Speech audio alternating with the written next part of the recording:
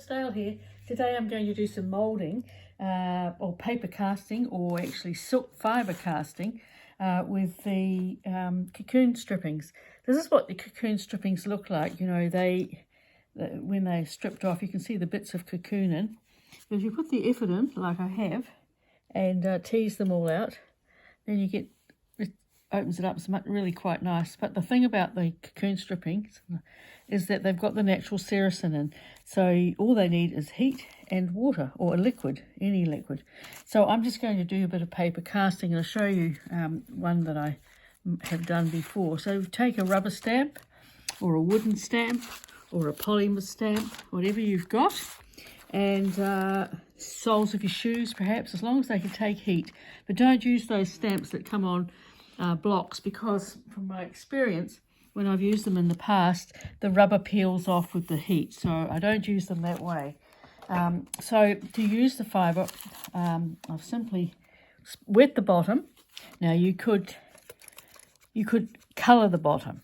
Now that's your option, is to do it white and then add to it. Now wooden printing blocks are really good because they've got wood stain in them. So we'll just put the fibres down, and you might be really precise, and you might want completed pieces. And once they're finished, these are like little slips, and you can add them to your work in any way that you like. So I'm just putting them on here, higgledy-piggledy for me, and then just spraying, wetting the surface. Give it a good soak with jar where it's not working, coming out as fast as it might. And then, whoops-a-daisy, and then covering it up with another piece of baking paper. If you don't want to put the iron onto that hot, because it's sticky with the sericin, it's like a glue. And give it a good hot iron. This is a steam iron, it's got a quite powerful one. I don't think it matters that much. And then lift it off, and on here you've got the natural colour, so it's a bonus, I suppose. And we'll take it off. That there and there. It is. Now, this is one I did before, which is just not quite dry, but just to show you the impression. So it's like embossing, really, except you are casting. You can do this with various papers and so on. And then I've done some here that I'll show you, because I rejoin them back up together. So that's one that's been done with this. Where is it gone to? This one here, to give the nice round shapes. And then when they're all my bits and pieces, and I paper cast all over the place, there's bits of leaves and select shapes and so on, and I join them back up together again with wet and heat, and add other things. So you've got something that you can cut up to use for applique or whatever. I can also see another one in there. So I use any sorts of stamps that I've got. And this is another one that I've done on here. This is a lovely leaf one.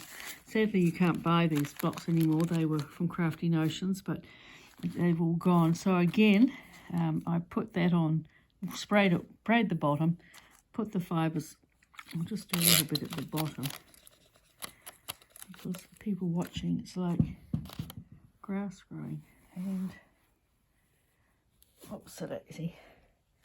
And then I'll just cover the bottom up here. And you can, of course, cut them with your scissors later to cut the shapes and cut things out if you want to. I'll just put that onto there like so.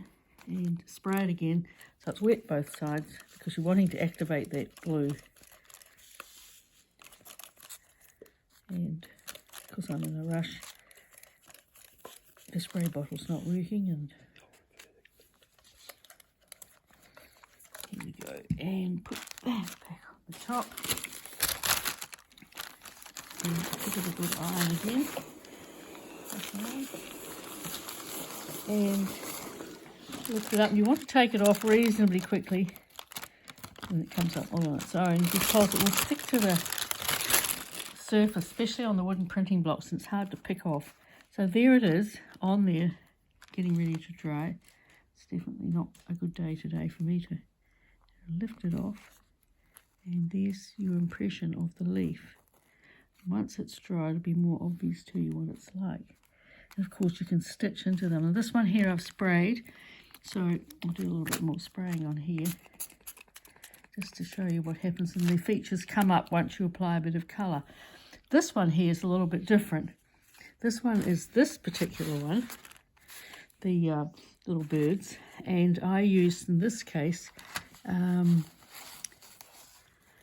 the rods. And to use the rods, I simply iron them flat and pulled them apart. So I've lifted off several layers, as you can see the layers there. And again, I've wet the bottom, and I've laid this on the top, like so. And I put my cover over it, sprayed it again, and lifted it off. And you can see at the moment the indentation of it as it's drying. And this is exactly the same. This is using the rods. You can see the overlapping of them. And on the top, I've sprayed it with a Starburst spray that has got silver metallic pigment in, so you've got that lovely colour. So this is what happens with the sprays when they've got dual sort of colours with them. So that's how that one goes. And you can just play with anything that you've got. Like there's another one. It's all another indentation with another stamp. And again, the rods are really quite good because they give that texture. And then we'll show that there. And then on the top, if you wanted to, you just take a bit of gilding wax and just polish it up. And so you've got that little, just to give it, highlight it. And then once that's all done, you can keep it aside, stitch it in, cut it out, add it in, trap stuff under, do the usual sorts of things.